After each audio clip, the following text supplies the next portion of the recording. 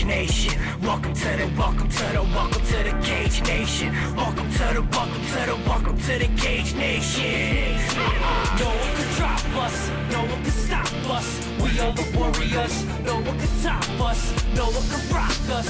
We are the warriors, no one can drop us, no one can stop us. We are the warriors, no one can top us, no one can rock us. We are the warriors. This episode of Cage Nation TV brought to you by Master Lock, which is what they needed for that cage door, apparently. Well, you know, like, after seeing that, like, knowing what we know, because we do know quite a bit about MMA here. We do. I don't. We do. We know quite a bit. Someone's getting fined for that. Yeah, I mean, most definitely. In Pennsylvania, because we are under the caring, watchful eye of Gregory Serb, someone's getting fined for that. Most definitely. How are you, ladies and gentlemen? I'm Drew Shannon. He's Albert Cameron. Welcome to Cage Nation TV. Welcome back. Thank you. You were sorely missed. I got some color. Yes, you did. I was on a beach with the Cameron family. Well. And so, I mean, if there's any reason for me not to be at Gladiators of the Cage, Road to Glory 5, it was to be with Mrs. Cameron and company.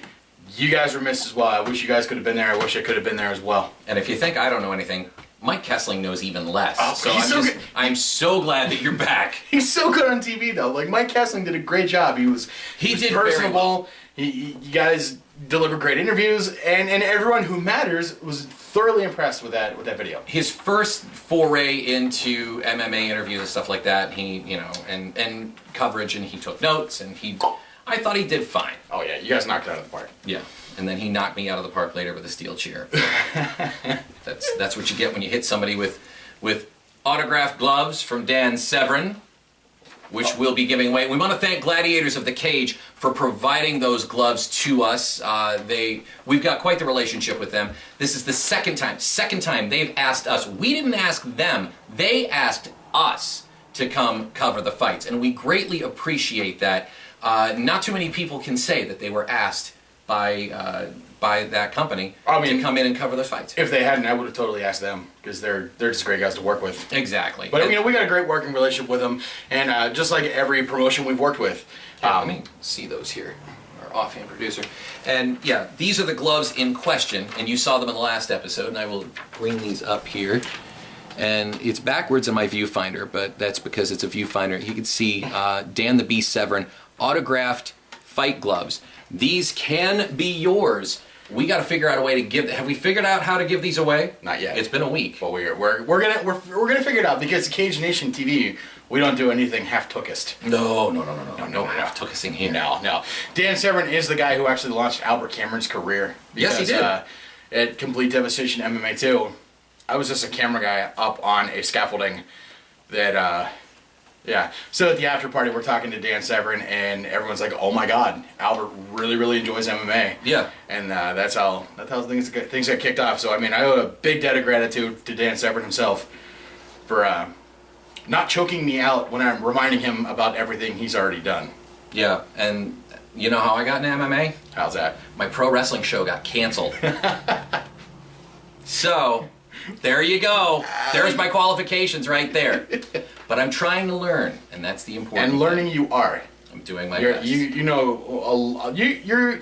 quite a bit about MMA. I mean, and if you didn't, I mean, you wouldn't be sitting cage side with me doing commentary. I mean, you know what you're looking at. You know what's going on. So I'm very happy with what you know. Well, thank you. And we can carry on a decent conversation about mixed martial arts, especially when we're providing commentary. And I'm glad you carry me each and every week. I greatly appreciate that. Last week I had no one to do so. Bastard. Coming up, we've got your MMA newsreel. Stay tuned for that. We also have a new segment, a brand new segment. You really liked that random thing we did 2 weeks ago.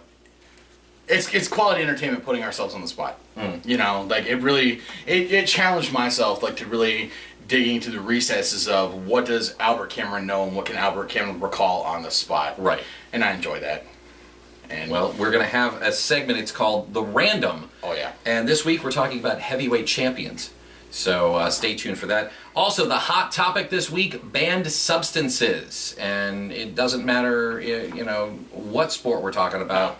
those are always a hot topic issue, and especially in MMA apparently. So Absolutely. we'll be getting on to that. The newsreel coming up next. You're watching Cage Nation TV. It's time for another edition of Cage Nation TV Newsreel, spanning the globe to bring you the latest news in MMA.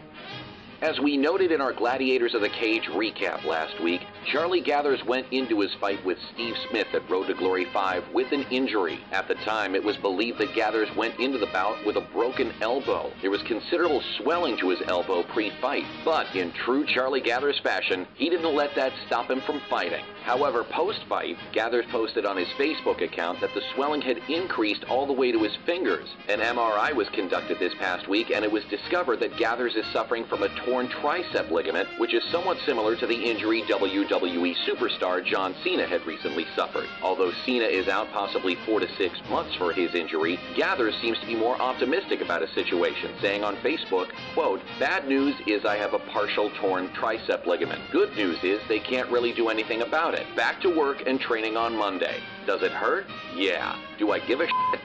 Nope. Suck it up and let's roll." Gathers' next fight is scheduled for Complete Devastation MMA 9 Saturday night, November 16th at the Jaffa Shrine in Altoona against a yet-to-be-named opponent. UFC featherweight Matt Grice has undergone surgery at the Oklahoma University Presbyterian Hospital and remains in critical condition following a multi-car accident. Grice was hit from behind while at a red light before being immediately rushed to a nearby hospital in Oklahoma City. At this time, details are sparse. All that is clear is that the Oklahoma City police officer underwent brain surgery and currently resides in the intensive care unit. Grice, a 4-time state high school wrestling champion, has been a mixed martial artist since 2005. With 2 runs inside the UFC. Most recently, Grice had a Fight of the Year nominee against Dennis Bermudez and was preparing to face Jeremy Larson at UFC 66 before this accident.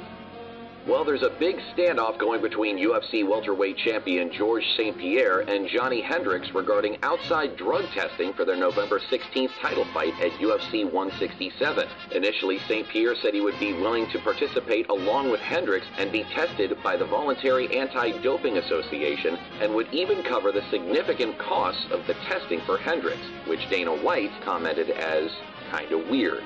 The camp of Hendricks has not filed paperwork as of a week ago, and Hendricks went on the MMA Hour this past Monday, stating he wasn't comfortable using VADA because St. Pierre is featured on the VADA's website and believes some of their practices to be shady, according to information he's received from his management. Hendricks is willing to use the WADA, or the World Anti-Doping Association, which the Olympics use, but St. Pierre is not, and it appears the outside drug testing will not be happening. Matt Riddle has announced he is retiring from MMA after a 6-year career where all of his fights took place in the UFC. Riddle was part of the Ultimate Fighter Season 7 in 2007 and made his professional debut coming out of the house and went on to have a 7-3 record with 2 no contests, wins that were overturned when marijuana was found in his system. Riddle was let go by the UFC earlier this year and was about to fight for Bellator when he announced his retirement, citing that MMA couldn't pay the bills any longer. And finally, 7 months after losing its Olympic place, wrestling was reinstated for the 2020 Games on Sunday when the IOC overturned a decision many members thought was a mistake. The sport, which has ancient roots in the Olympics, easily defeated bids from baseball, softball, and even squash. It will now join the program of the 2020 Games, which were awarded to Tokyo on Saturday. Many individuals were outspoken about the IOC's original decision to eliminate wrestling from the Olympics, including many MMA fighters. Well, those fighters and the supporters of the sport of wrestling can now breathe a sigh of relief as their favorite sport has returned to the 2020 Olympics. This has been another edition of the Cage Nation TV Newsreel. Stay tuned to Cage Nation TV on Facebook for the latest in MMA news. Since the dawn of furniture, there has been only one way to keep an infant from rolling off a couch or chair, and that is unsafely cramming cushions against the piece of furniture and hoping the baby doesn't work him or herself under them. Until now. Introducing the Zoster.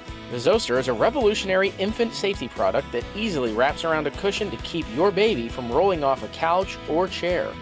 The Zoster is made with a fleece material complete with a waterproof underneath to keep various liquids away from your upholstery. The Zoster is currently available in solid colors and pattern designs. You can order the Zoster online today at thezoster.com. And then I told him if he doesn't like it, he can get a camera, get his own YouTube show, and Dude, oh, we're on. oh, okay. You know better than to take phone calls while we're doing this. It was important. Unprofessional. I'm sorry. What do I know? Anyway, Welcome back to Cage Nation TV. Drew Shannon, Albert Cameron. so by the way, I'd like to mention I really like your shirt. We did that bit last week. Oh, we did? Yeah, you weren't here for that. Oh. But I do like that shirt as well. Okay. Jeez. Well, I was away, but Wonder where they can get these shirts. we got it in the works so you can go to CageNationTV.com and buy them and Yes. just be a part of the group. And of course, we might even throw one in with the Dan Severin gloves. Hey, there you go. Just you let us know what size you are. And Exactly. So anything below a large, you're screwed. So you're gonna be large or extra large. Otherwise, you're wearing it as a nightie. We've got our new segment. It's called The Random. And it was inspired by our discussion of random topics that Yeah. we pulled out of a box. This time we do not have a box. Nope. We have a list. And I'm going to go down the list. it was these names were scientifically drawn. To give you the methodology behind it, this week's topic of the random is heavyweight champions. Okay. So we took a list of UFC heavyweight champions, Pride heavyweight champions, North American and major market heavyweight champions. We put them in a list. We assigned them a number. Then we had 5 numbers drawn at random, and so that gave us 5 names. Now the fun of the random is we didn't know who these 5 names were until 3 seconds ago. Right. And well, so longer than 3 seconds. or less than 120 seconds. Before he came on camera with his phone. Right.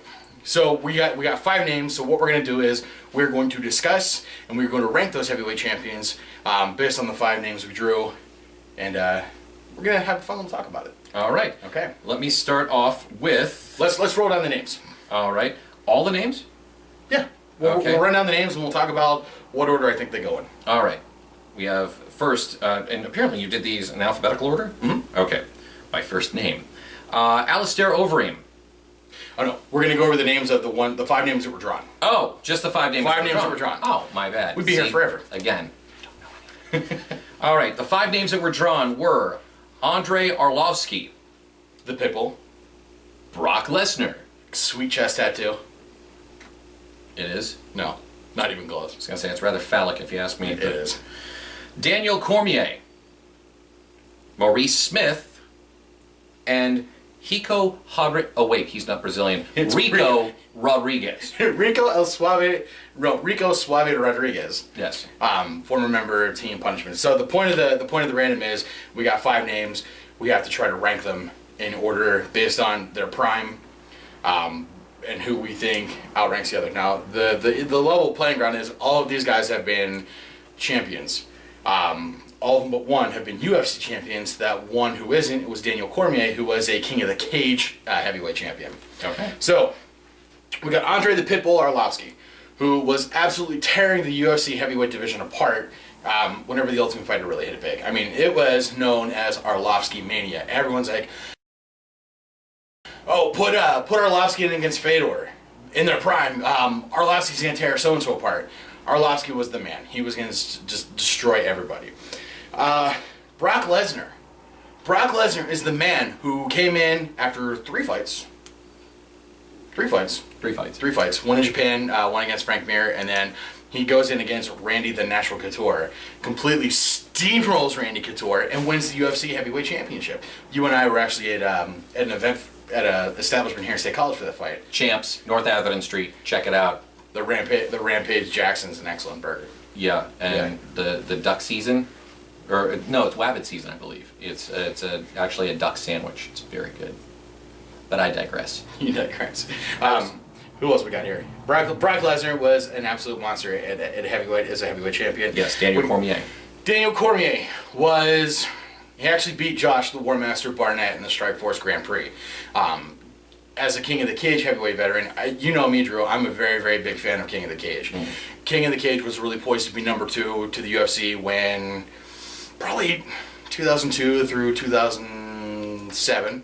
before they got mixed up with Pro Elite. King of the Cage was number 2, and a lot of the guys who came through there were no joke. Mac Danzig came through there, Ricco Rodriguez, Rampage Jackson, Tito Ortiz, Forrest Griffin, Nate Corey. The list goes on and on and on. So Daniel Cormier really fought some top tier talent in King of the Cage. And then of course Ricco Rodriguez, who was the heavyweight champion when the UFC was still in relative obscurity. It wasn't the old Bloodsport days, but it was more we're coming out of the pay-per-view blackness days. Right. So, let's start with number 5, Drew. All right, let's start with that. Well, then we got Maurice Smith. Completely forgot about Mo. Yeah, how did you forget about I forgot about Maurice Smith. Maurice Smith was the heavyweight champion as MMA was transitioning from the tournament format into the way we know, to the MMA we know today. Maurice Smith was the champion before Randy the Natural Couture got a hold of him. Of course, Randy Couture was the flagship champion of probably all time. I think when we think about champions in the UFC, I think we're always going to have that special place in our hearts for Randy Couture. But Maurice Smith was really that precursor. So that is a basic rundown of the 5 we got. So let's start with number 5. I think as champions go, Maurice Smith didn't fight the talent that a lot of the other guys did. Okay. But he was still a UFC champion, but the heavyweight division wasn't as broad. It was more kind of open weight. So I think if I had to pick a number 5, I think it would be Maurice Smith. Just because that level of competition was there. We don't have the hyper competition back in the old UFC the way we do now. So number 5 is Maurice Smith. Number 4, I'm gonna have to go with Suave. Just because I hate his name. Well, not because I hate his nickname. His nickname is lame, and frankly, I hope he gets sued by Gerardo. But I mean, the guy's life has completely hit the skids. Ricco Rodriguez did fight a lot of top level guys. He was the UFC heavyweight champion when the heavyweight championship really meant something. Nowadays, there isn't as much emphasis on the heavyweight champion. Now, don't get me wrong, Cain Velasquez is an incredible heavyweight champion, but the UFC heavyweight division isn't as broad. So Ricco Rodriguez is really carrying the flag. He was involved in Punishment Athletics with Tito Ortiz, and Tito's doing some things now.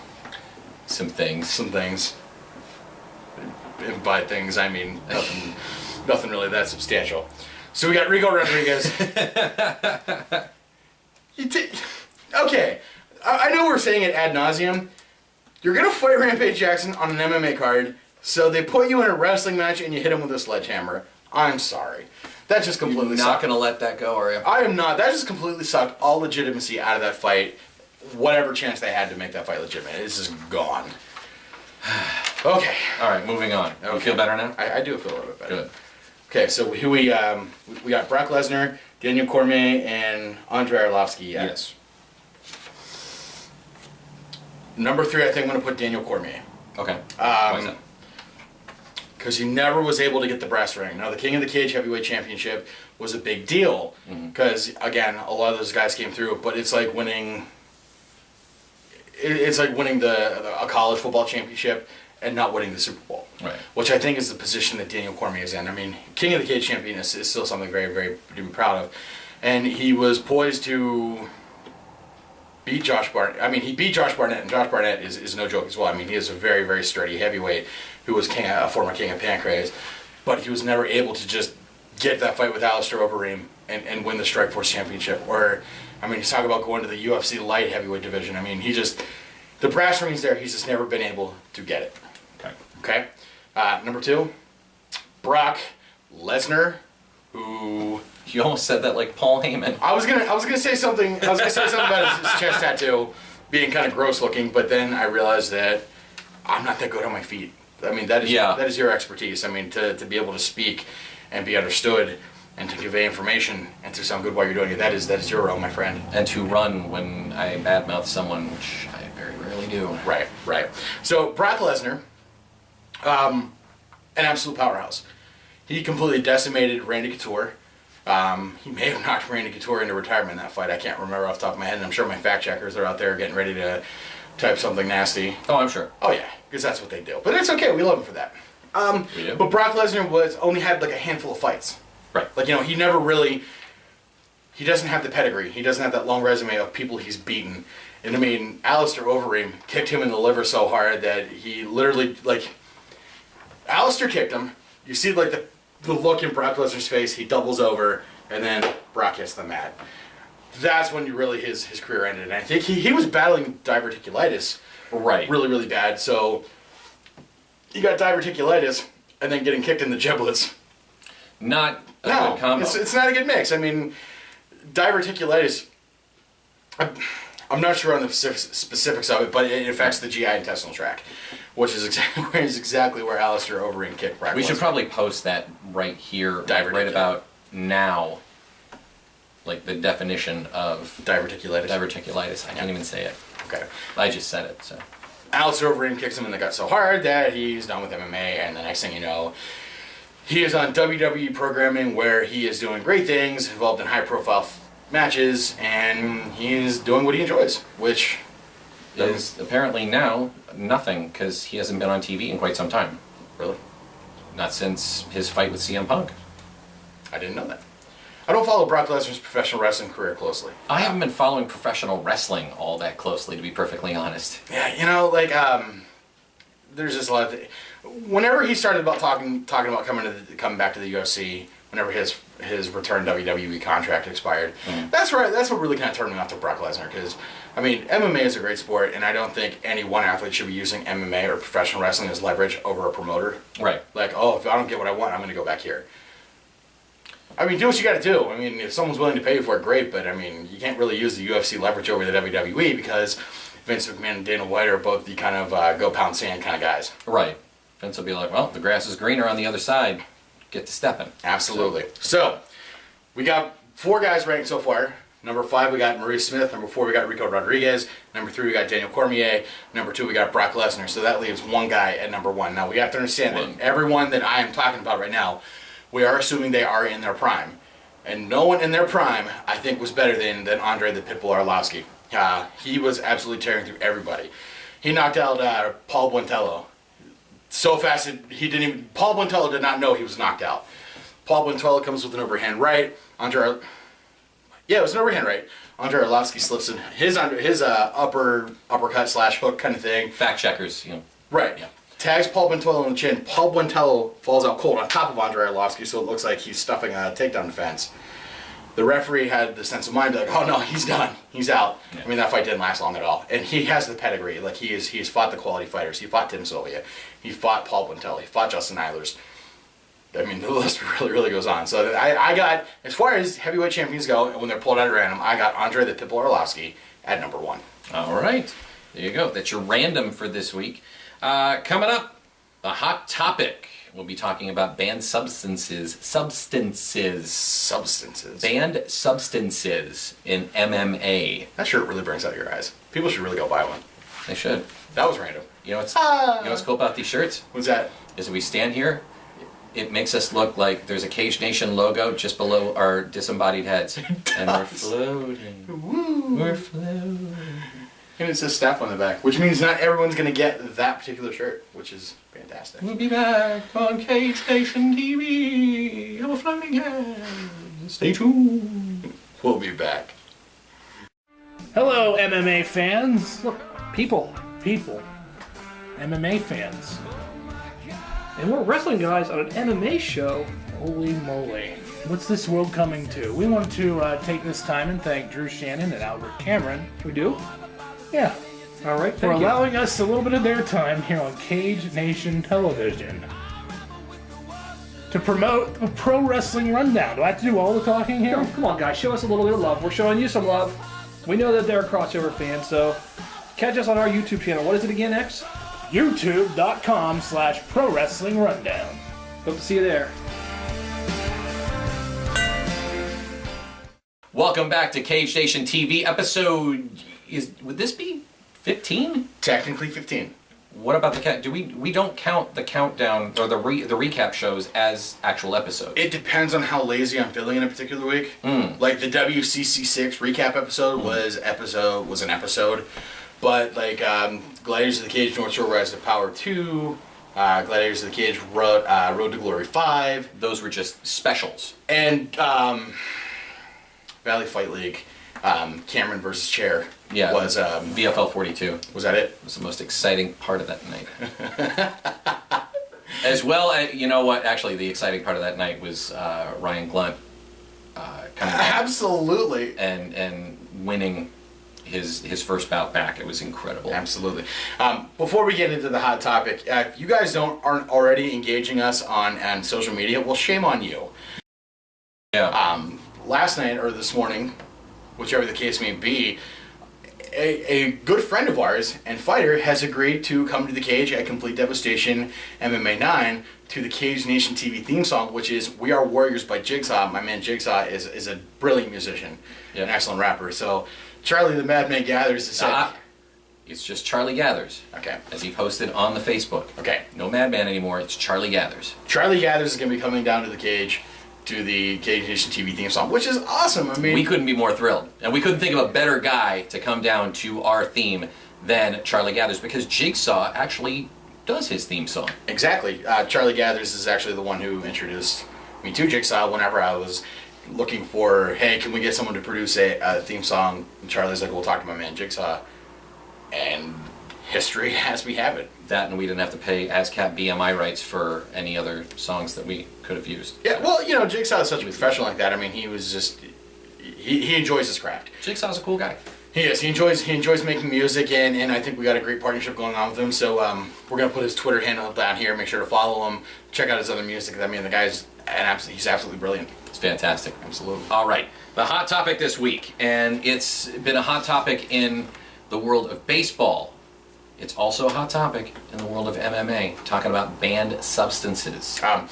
The reason I chose to do banned substances today was one of the big news stories that came out of this week was that Matt Riddle announced retirement. And Matt Riddle is a California resident who is a marijuana patient. Right. And so out of his last 3 fights, he tested positive for THC and marijuana. Out of those 3 fights, he tested positive in twice.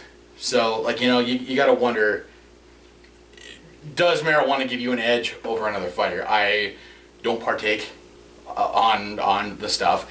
I wouldn't know of its effects. But, I mean, if Cheech and Chong are any indication, I mean, is Cheech Marin going to get into the cage and knock out Chuck Liddell? No.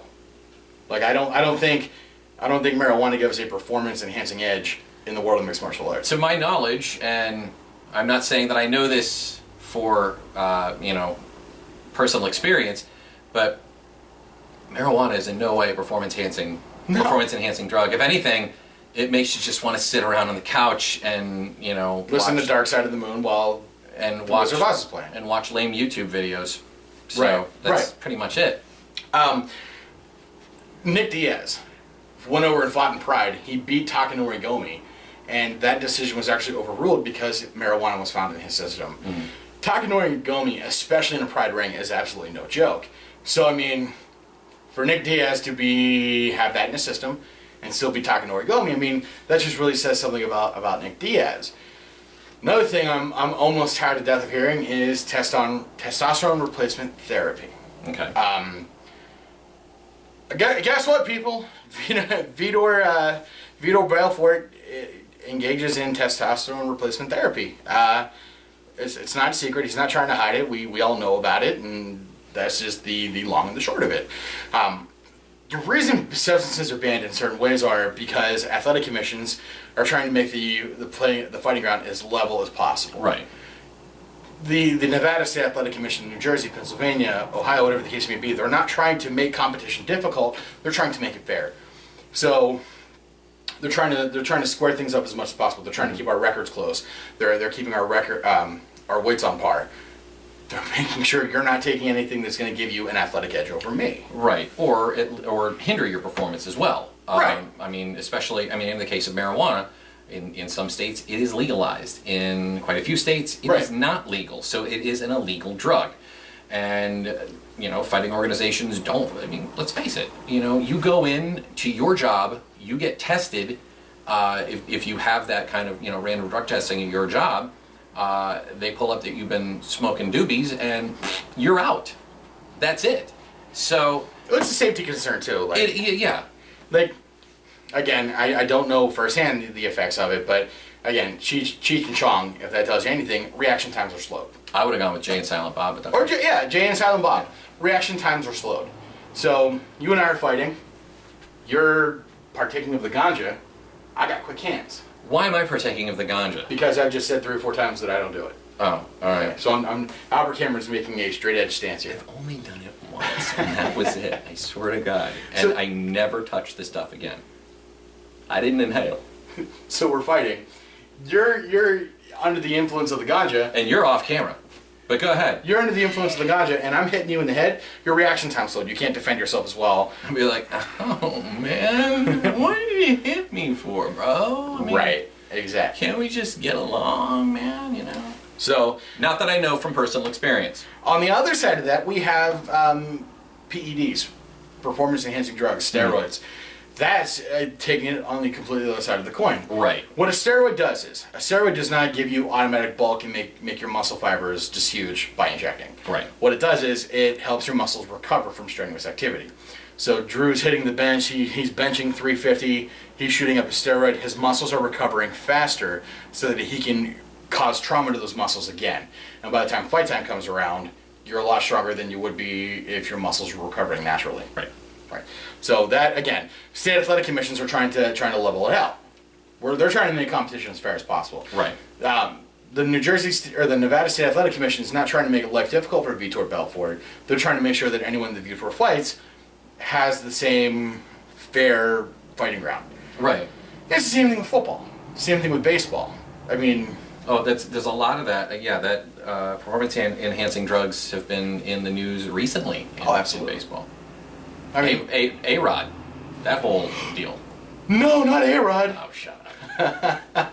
Mark McGuire. Yeah. I mean, whenever him and Sammy Sosa and who's the third guy in that home run series? I can't remember. You know what? It was so... Fact checkers. Okay, but I mean, it came down to Mark McGuire and Sammy Sosa. Right. Okay, they were in the home run race. Mark McGuire won. I mean, that was history. Right. But I mean, And then he body slammed Andrei the Giant, and no, wait, that was somebody else. Okay, well, I mean, that's actually a really good point. Professional wrestling. I mean, yes, it's predetermined, but if Drew's juicing and my body's not recovering as fast as Drew's is, I have the potential of getting hurt naturally because one, your tensile muscle fibers are a lot more dense than mine are, and you're not in the same emotional. But in professional wrestling, it's more the appearance, if anything. It doesn't Right. have anything to do. I mean, it does have somewhat to do with your physical ability, but it's mostly because of the appearance. Because the larger guys have always been known to be the ones that fans gravitate to. Look at your Hulk Hogan's, your Lex Luger's, Ultimate Warriors. The list goes on and on. The larger guys, the muscular guys, superstar Billy Graham is a prime example of steroid use gone wrong. Right. That's more what the steroid use and abuse, that whole scandal back in the late 80s, early 90s, that's what that was, Yeah, there is a degree of appearance to it, but what I'm saying is, too, like, I've seen these guys in the ring, and I mean, there is a lot of athleticism going on in that ring. Oh, exactly. So, like, if someone was having a roid rage and was slamming someone down and their opponent didn't have time to accurately execute a move that would protect themselves, I mean, there is potential to get hurt, and that level ground just isn't there. Exactly. So, getting back to the MMA side of things, though. Right. Yeah, it is. I mean, and it's in any sport. Anybody doing performance-enhancing drugs obviously has an extremely unfair advantage over their opponent who is clean and doesn't touch this stuff. So. I mean, we're talking about the hot topic. Albert Cameron's going to take a stance here. I don't think there is a place for illegal substances in the sport. I don't think there's a place for illegal substances in any sport. I'm not a big fan of testosterone replacement therapy because, again, it's that chemical edge. Whereas, am I going to stand toe-to-toe with Vitor Belfort knowing that he does TRT? Well, one, Vitor Belfort was an Olympic boxer. I mean, he's just an absolute badass in the cage. But, I mean, I don't think that I have the same chemical composition that he does, and I don't feel comfortable having that chemical disadvantage. So, I mean, my stance on it is, I don't think it has any place in sport. I think marijuana's got to go. I mean, because again, it's slowing down reaction times. Right. I think the PEDs, blood doping, I don't think there's a place for that either. Now, let me get back to the marijuana thing, though. Yeah. If a fighter is on medical marijuana, if he does have a prescription in his state, would that be acceptable? It's the same with any medication. If they are admitting that there is something wrong with them, that they have to take a medical substance, Okay. then I don't I think they're admitting that their physiology has some sort of defect. Right. Nick Diaz smokes marijuana because he has attention deficit disorder. They're admitting they have a physiological defect. That alone, I think, puts them in an unfair advantage to compete. Because if they admitting they have that physiological defect, but then they're fighting someone who's completely healthy, I mean, are they doing themselves any favors? I mean, if they're taking medication for something, if they're remedying a malady, I mean, should they be competing in a combat sport? I mean, that's my thought on it. Well, I mean, yeah. But you know, there are actually people much smarter than I am who are in charge of making sure that whoever's fighting someone who takes medical marijuana, and those, ladies and gentlemen, are the executive directors of state athletic commissions. Right. I mean, they have the truly difficult job of figuring out who is healthy to compete and if a fight is fair or not. I mean, I've seen fights stop because records were too off kill. Mm-hmm. Saw fights stop because they thought someone was lying about their record, and that's kind of funny as it is, because if you're lying to the Pennsylvania State Athletic Commission about your record, you are never going to fight. Period. No. You might as well go on the Twinkie and like Krispy Kreme diet. Yeah, Greg. Because you'll never need to be in shape for a fight ever. Greg Serb does not put up with any sorts of any crap. And it's good that he's like that, because have you ever heard of any serious injury or damage in Pennsylvania mixed martial arts? Not in recent memory. I'm going to go ahead and knock on wood on that one. Wood. But that's because Greg Serb is doing his job. Right. He's keeping people safe. So the Cage Nation TV hot topic was about banned substances. We kind of riffed on that. We made stances. I think it was a good discussion. Very good discussion indeed. And is that going to do it for another episode of Cage Nation TV? I think it's going to do it. All right. A big thank you to everyone who's been involved to make the Gladiators of the Cage Road to Glory 5 recap as big as it was. I think you guys did a great job, and I'm very, very proud of you guys. Well, thank you. Able to handle that while I wasn't gone. Well, thank you very much. We were missed, and we look forward to seeing you at the next event in Altoona at the Jaffa Mosque. Yes. Complete Devastation MMA 9. And then we'll be heading back out to Gladiators of the Cage in December. Absolutely. For Gladiators of the Cage North Shore's Rise to Power 3. Shout out to Bill Buckwalter, Brett Coldflesh, Todd Krushka for hanging out with us during the event, after the event at Primanti Brothers. You're upset about that. I love Primanti Brothers. I go to Gladiators of the Cage, okay, you know what, though? I get Primanti Brothers, and then all of a sudden all my close friends are going out to Primanti Brothers without me. I feel neglected and like I'm not loved anymore. Just to let you know, it wasn't the Primanti Brothers on the strip. It was the Primanti Brothers just... I still feel neglected. Well, I wasn't going to bring back any for you. It wouldn't have been any good. Would have been, I thought, counted. Anyway. Anyways, shout out to those guys. Shout out to Robert Joseph and everybody at Gladiators of the Cage and Epic Leap. Thank you for inviting us down, having us cover your event. If you want us to cover your event, if you want us to show up and hang out and... check out your event. All you got to do, email us. Show them again. CageNationTV@gmail.com. Shoot this guy an email. We'll hook something up. If you've got an upcoming fight, if you're a fighter who's looking for a little exposure, we'll help you out. Absolutely. I think the most important thing is we enjoy seeing new fighters, and being exposed to MMA that we can expose our friends and viewers to. That's right. That's what we enjoy doing. It's a lot of exposure. And of course, shout out to Brett Showtime Schoenfeld. That was a pleasant surprise, seeing him at Gladiators of the Cage, cheering on his fighters. And you can look forward to seeing him at Complete Devastation MMA 9. And I believe they are working on getting him on the card for Gladiators of the Cage, not Road to Glory. We just did Road to Glory. North Shore's Rise to Power 3. It only makes sense to have Brett Schoenfeld on a card like that. Showtime, I mean, he lives up to the nickname. I mean, he gets into the cage. It is showtime. He's all about showmanship. Yeah. I'm telling you what. And, of course, Dan the Beast Severin, autographed gloves, thanks to, yes, you can see that right there. Yeah, good. Thanks to our good friends at Gladiators of the Cage. We'll be giving these away. Got to still figure out how to give these away and get these out of the hands of this man so he doesn't sell them on eBay. I wouldn't do that. No. I'd just keep them. No. And use them. Don't do that. And sleep with them. Nope. Cuddle. That's a little too much information. Yeah. Anyway. All right. You want to like us on Facebook? Thank you. Follow us on Twitter. Don't steal them. Be sure to subscribe to our channel. Go to CageNationTV.com, and we're going to keep you posted how you can get sweet threads like these ones. Sweet threads. That's right. So until next time, he's Albert Cameron. I'm Drew Shannon. You're watching Cage Nation TV. See you next week.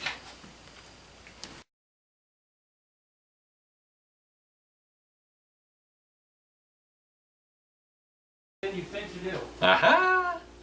Look at me, always thinking, even though I don't know nothing. Actually, you know,